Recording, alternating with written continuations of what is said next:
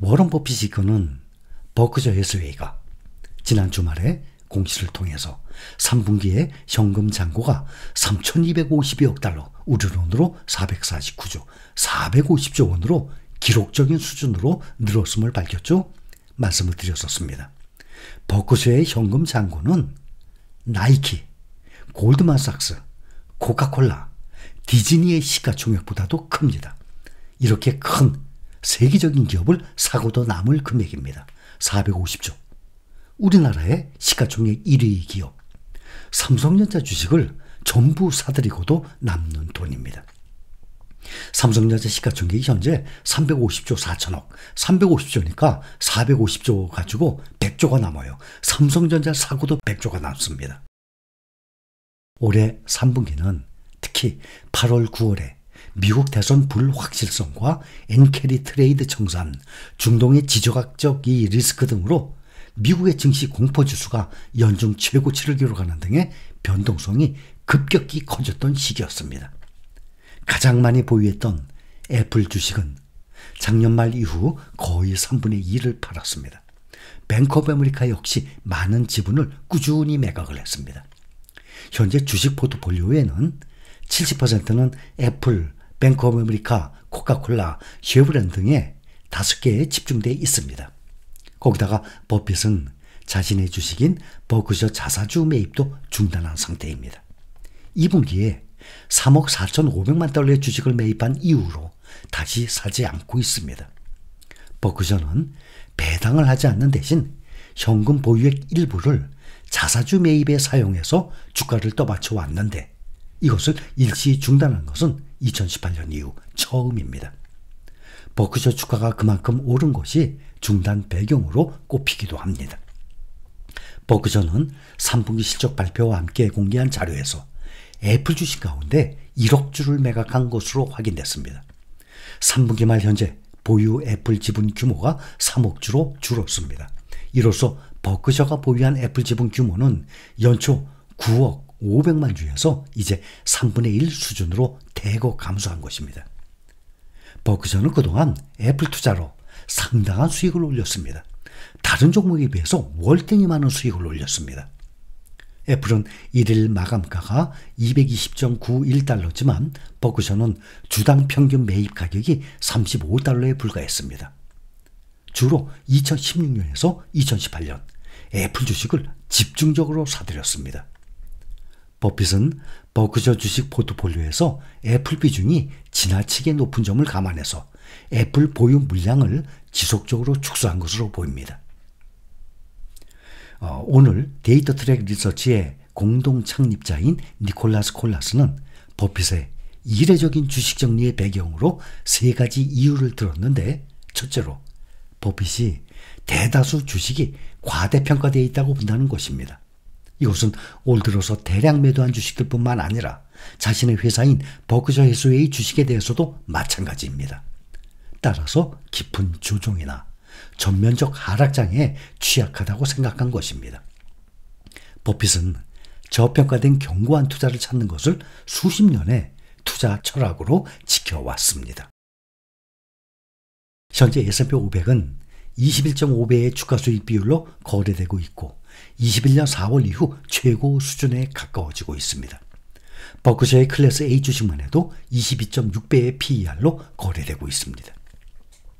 두 번째로는 버핏이 곧 적극적인 포트폴리오 관리에서 물러나서 후임자들이 버크셔의 포트폴리오를 재구성하고 회사의 주식 재매입 프로그램을 검토할 수 있도록 자리를 비우기 위한 것이라는 설명입니다. 버핏은 이미 후임자로 그레그 아벨을 지명을 했지만 자신이 언제 물러날지는 알리지 않은 상태입니다. 세 번째로는 가능성은 낮지만 버핏이 하나 이상의 대규모 인수를 검토하고 있고 이 매수를 위해서 자본을 조달하고 있을 가능성입니다. 하지만 그의 나이와 계획된 승계를 감안하면 세 번째는 가능성이 낮아 보입니다. 마켓워치는 버핏이 미국 대선을 고려해서 조심스러운 접근을 할 수도 있을 것으로 분석하고 있습니다. 버핏은 올해 초 애플 주식의 매도에 대해서 논의하면서 법인세가 인상될 것으로 예측해 왔습니다. 워런 버핏이 기술에 대해서 정말로 편안해하지 않는 것 같습니다. 특히 버핏의 오랜 사업 파트너인 찰리 먼거의 사망 이후에 애플 주식 매각이 시작됐습니다. 먼거가 버핏보다는 기술주에 좀 더 열려 있었다는 것입니다. 애플 매수도 애플의 투자도 먼거의 권유였고 중국의 BYD 투자도 먼거의 권유였습니다. 그래서 큰 수익을 올렸죠. 그래서 버크셔의 애플 지분이 전체 포트폴리오에서 또 지나치게 큰 비중을 차지했어요. 거의 전체 포트폴리오의 반 가까운 지분이었지 않습니까? 그래서 노출을 줄이는 것이 합리적이었을 것이라고 보고 있습니다. 누구든지 주식 투자로 성공하고 싶어 합니다. 큰 수익률을 올리고 싶어 합니다. 주식 투자로 큰 수익률을 올릴 수 있는 방법은 머리 덕분이 아니에요. 진득하게 앉아있는 덕분이에요. 주식 투자로 돈을 벌 수 있는 방법, 머리 덕분이 아니라 진득하게 앉아있는 덕분이에요. 주식시장의 상황에 대해서 나름대로 올바른 판단을 한다는 것은 전혀 대단한 기술이 아닙니다. 올바른 판단을 내리는 동시에 진득하게 앉아있는 사람은 드물어요. 이것이야말로 가장 배우기 힘든 것 중에 하나예요. 주식 투자는 이것을 확실하게 이해를 한 다음에야 큰 수익을 낼 수 있는 것입니다. 얼마 전에 사망한 워런 버핏의 파트너 찰리 먼거, 유명한 투자 명언 중에 이런 말을 우리는 함께 공유를 해서 알고 있죠. 투자란 훌륭한 몇 군데 회사를 찾아내어 그저 엉덩이를 붙이고 눌러 앉아 있는 것이다 라고 말입니다.